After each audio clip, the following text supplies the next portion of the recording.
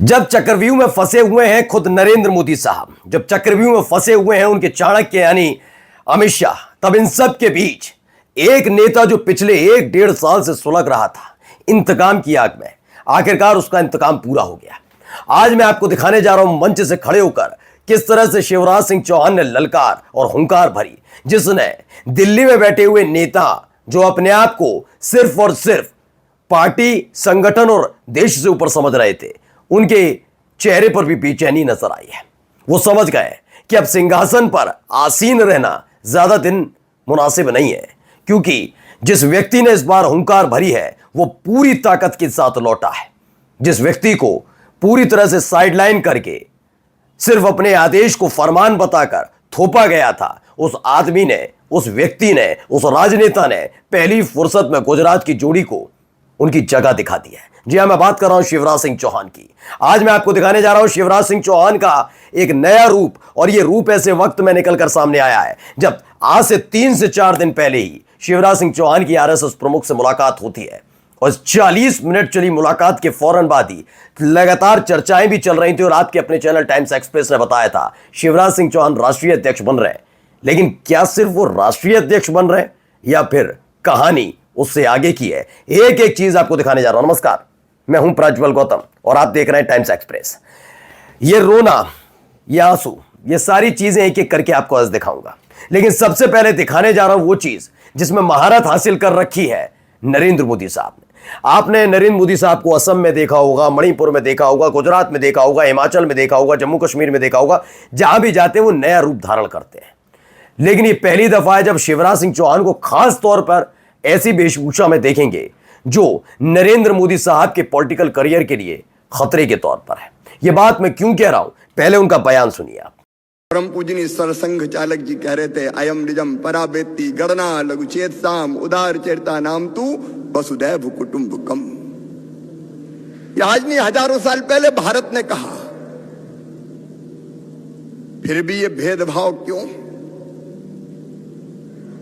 आत्मवत सर्वभूतेषु, कब से ये देश उद्घोष कर रहा है सर्वत्र समदर्शनम, सर्वत्र समदर्शनम। और इसलिए मन में प्रेरणा यही जगती है जो हमारे ऋषियों ने, संतों ने कहा, और भगवान रामानुजाचार्य जी ने जिसको क्रियान्वित करके दिखाया। मुझे तो अभी हमने देखा वो प्रसंग बहुत प्रेरक है। गुरुदेव ने गए 17 बार वापस लौट आया, 18वीं बार सफल हुए रामानुजाचार्य जी, और फिर कान में कहा कि प्रकट मत करना, गुप्त है ये।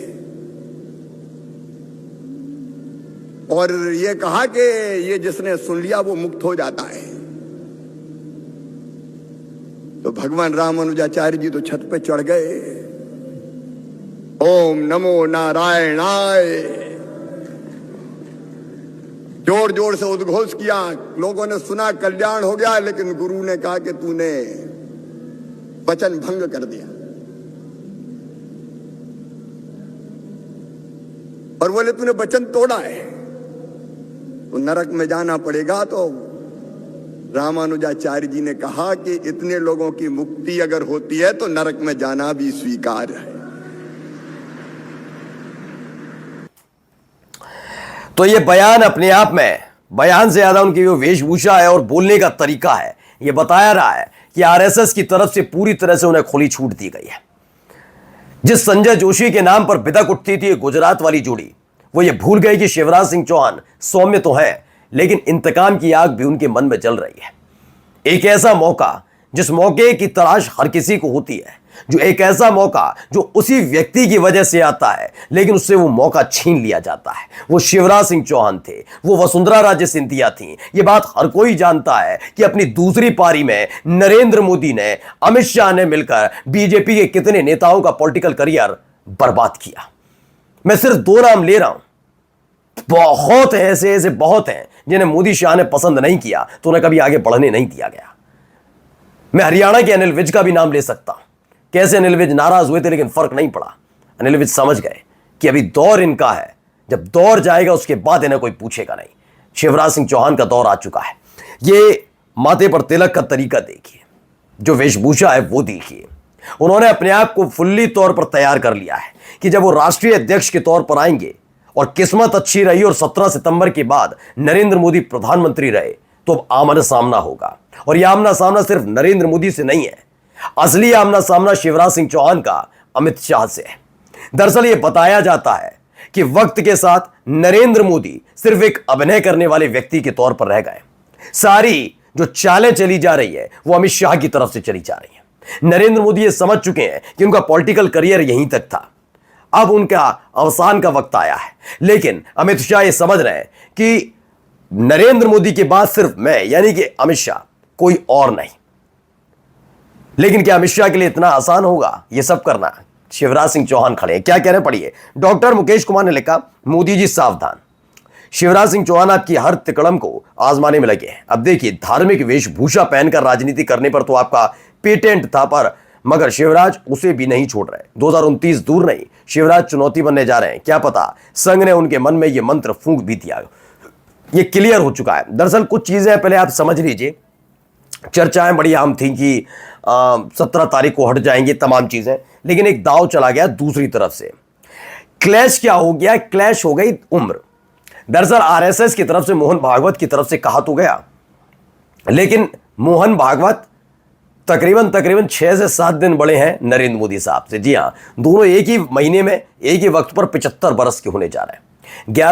11 सितंबर को मोहन भागवत जी का जन्मदिन है, 11 सितंबर को, और 17 सितंबर को नरेंद्र मोदी साहब का। यानी 75 बरस के पहले होंगे कौन? मोहन भागवत।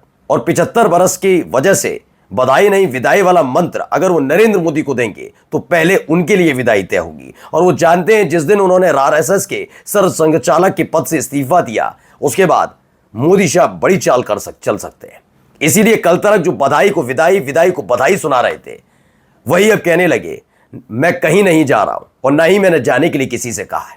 यानी सारी कहानी 2029 तक ठेली जा सकती है।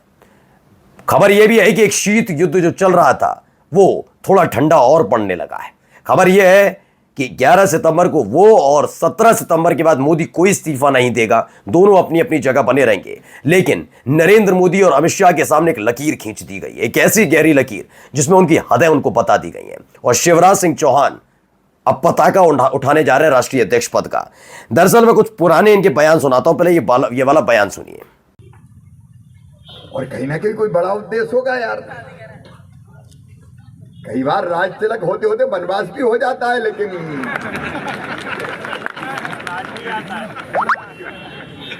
वो किसी न किसी उद्देश्य की पूर्ति के लिए होता है। और क्या,